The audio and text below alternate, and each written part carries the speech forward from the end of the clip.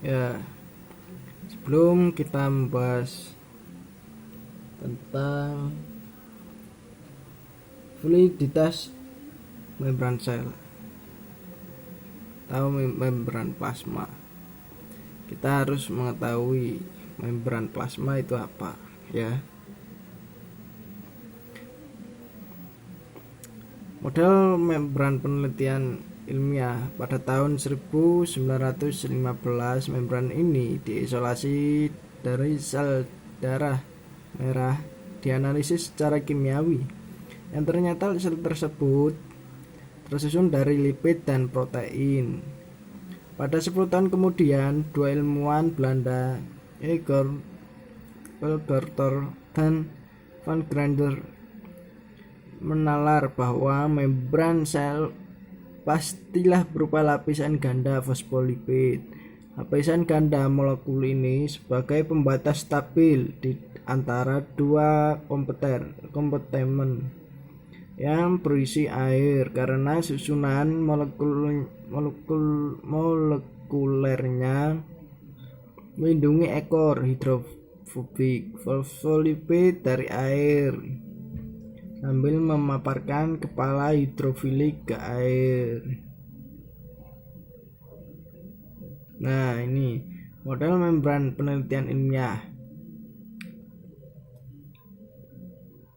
Nah, yang ini kepala ya, bagian kepala, dan yang ini bagian ekor.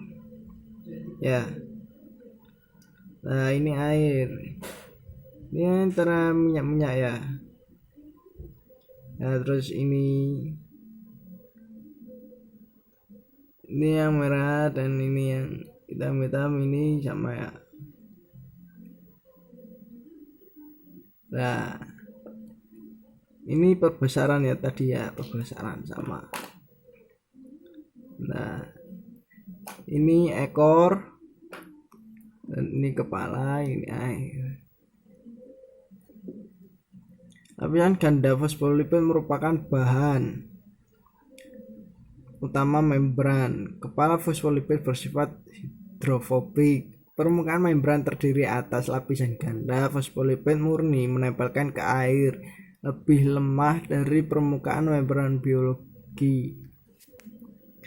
Nah, pada tahun 1702, S.C. Singer dan Colson mengajukan hipotesis bahwa protein membran tersebar tersalib pada lapisan ganda fosfolipid dengan wilayah hidrofobik yang menonjol keluar. Nah, ini ya. Nah, ini sisi hidrofobik protein ya. Sisi hidrofobik protein itu lipid atau fosfolipid ya, bagian kepala dan bagian ekor. Oke, lanjut. Susunan molekul ini akan memaksimalkan kontak wilayah hidrofilik pada protein dan fosfolipid dengan air dalam sitosol dan cairan ekstraseluler, sambil memberikan lingkungan yang tak berair untuk wilayah hidrofobiknya. Pada model mozaik fluid ini, membran merupakan suatu mozaik dari molekul-molekul protein yang bergerak naik turun dalam lapisan ganda fosfolipid yang bersifat fluid. Nah, ini yang intinya ya, fluiditas membran yang kita bahas. Nah, ini antara dua ini ya. Pergerakan fosfolipid bergerak dalam membran, namun cukup jarang berpindah ke seberang lapisan membran yang satu lagi. Nah, ini ya.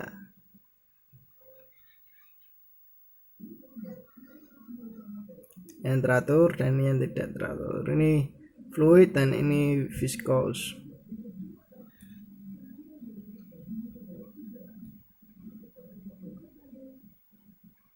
Nah, tes membran. Nah, ini yang Anda tahu kan, radical membran.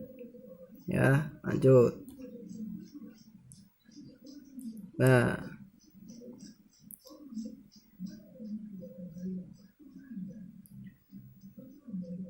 kolesterol dalam membran sel hewan. Kolesterol mengurangi fluiditas membran pada suhu sedang dengan cara mengurangi pergerakan fosfolipid, namun pada suhu rendah kolesterol mencegah solidifikasi pemadatan dengan cara mengganggu penyusunan teratur fosfolipid ya.